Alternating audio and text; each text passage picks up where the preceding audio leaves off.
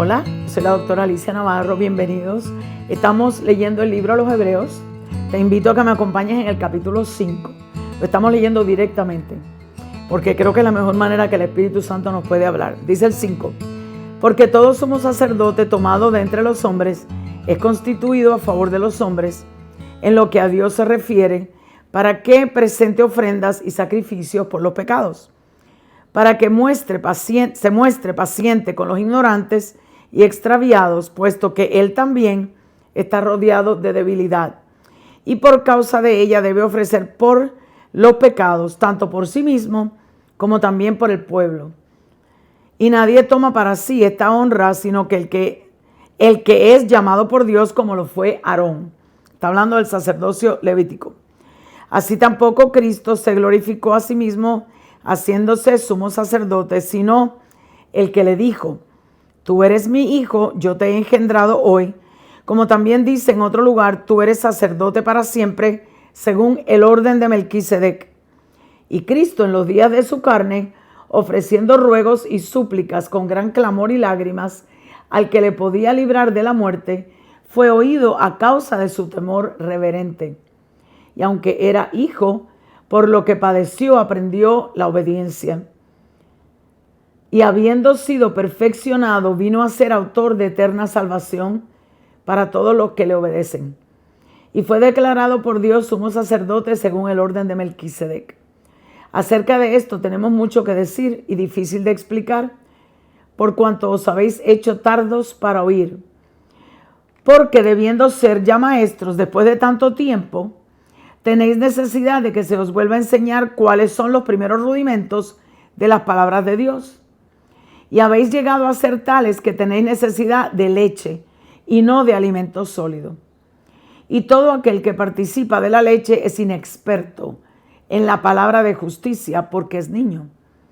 Pero el alimento sólido es para los que han alcanzado madurez, para los que por el uso tienen los sentidos ejercitados en el discernimiento del bien y del mal. Este capítulo sigue el tema de que Jesucristo es el sumo sacerdote. Es el sumo sacerdote, evidentemente, según la orden de Melquisedec. Por estas razones podemos estar completamente seguros, como decía el 4, de que podemos venir al trono confiadamente. ¿Por qué? Porque Jesucristo pagó el pecado. En este capítulo 5 hace una comparación entre Jesús y Aarón, del 1 al 4, diciendo, hay 4 cosas que son la función de un sumo sacerdote. 1, era constituido a favor de los hombres. Quiere decir que tenía que interceder a favor de los hombres delante de Dios. 2, tenía que ser paciente con los ignorantes y extraviados a causa de la debilidad que había en sí mismo. 3, tenía que ofrecer sacrificios tanto por los pecados de él mismo como los del pueblo. 4, no era escogido por voluntad propia, sino llamado por Dios. Y da como ejemplo el caso del primer sumo sacerdote Aarón, que fue escogido en Éxodo 4 del 14 al 16 y en Éxodo 28 del 1 al 3 es escogido para ser sumo sacerdote. Cuando leemos en el versículo 5, hace la comparación con el sumo sacerdote para siempre, que es Jesús. Lo tremendo de esto es que en aquel tiempo el sumo sacerdote tenía que hacer el sacrificio, tenía que sacrificar un cordero. Pero en este caso mismo, el cordero, el mismo cordero Jesús, es el cordero perfecto. Aquel que con su muerte eliminó para siempre el pecado del mundo cuando él muere y nosotros aceptamos el sacrificio. Por eso, cuando Juan el Bautista lo vio, dice: he aquí el Cordero de Dios que quita el pecado, en singular, la naturaleza caída del mundo. No solamente los actos de pecado, sino la naturaleza. Que eso no lo hace ninguna religión. Nadie te dice que te van a borrar la naturaleza pecaminosa. Es establecido para siempre como sumo sacerdote y declarado por Dios, Jesucristo. Es eterno, tiene las mismas características hasta cierto punto. A favor de los hombres, nos representa delante del Padre, es paciente con nosotros. ¿Por qué? Conoce nuestras debilidades, vino como hombre. conoce las tentaciones, las luchas, en su carne lo vivió. Él mismo se ofreció en sacrificio. Él es el Cordero perfecto. Él dijo, nadie quita mi vida, la doy voluntariamente. Él sabía el sacrificio que conllevaba. Su muerte era importante para poder tapar el pecado. Número 4, fue nombrado por el Padre como sumo sacerdote para siempre. El escritor, tratando de abundar más en el tema, se da cuenta de que no están listos. Imagínense qué tremendo, que el Espíritu Santo inspira a este hombre a escribir y de momento se da cuenta, me parece que no van a entender mucho. Y diciéndolo con gran claridad en el relato espiritual, siendo que ya debían ellos comer alimentos sólidos, les dice que están comiendo, que están tomando leche. O sea, no tiene la madurez para entenderlo. Tremendo. O sea que el sacerdocio de Aarón, el sacerdocio levítico fue ineficaz. Fue un sacerdocio que, aunque escogido por Dios, se corrompió a medida del tiempo.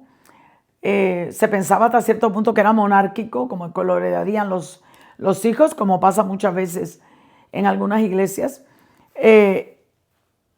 Los llamados espirituales no se transmiten por osmosis, ni se transmiten por herencia.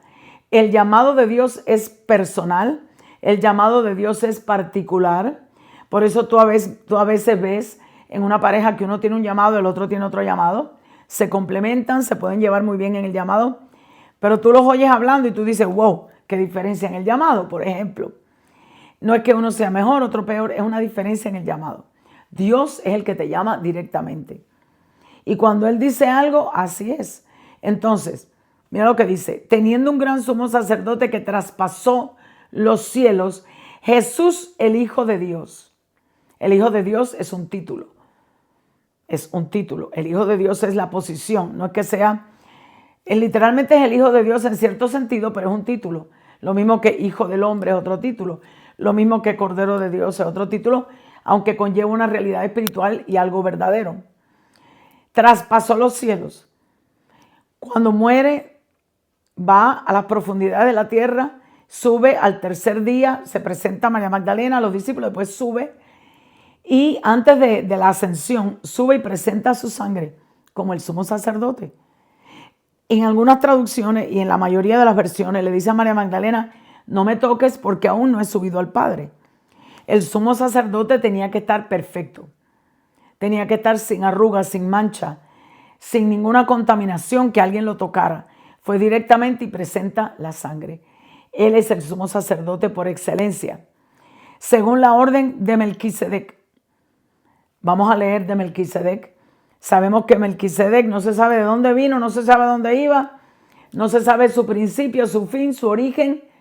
Pero cuando peleó la batalla, Abraham, que la peleó contra los reyes de Sodoma y Gomorra, Melquisedec se sentó a comer con él. Y cuando se sienta a comer con él, Abraham le entrega los diezmos.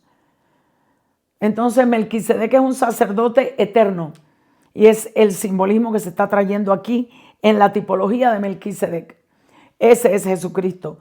Un sacerdocio que no tiene fin. Un sacerdocio eterno en sus funciones. Él es el que está sentado a la diestra. ¿Y dónde estamos nosotros? Sentados a la diestra con Cristo. Somos coherederos. Así es que vamos a entender que cualquier sacerdocio humano donde haya involucrado personas humanas va a ser imperfecto. Pero el sumo sacerdote Jesucristo es perfecto. No pecó, vino como hombre, fue tentado en todo, pero es completamente sin mancha. Y hay muchas cosas que podemos hablar del Cordero. Lo estudiaríamos quizás en otra clase, pero el Cordero tenía unas especificaciones para poder ser sacrificado. Y los sacerdotes lo reconocían. Así es que Jesucristo no tenía ninguna cualificación que le faltara para ser el sumo sacerdote.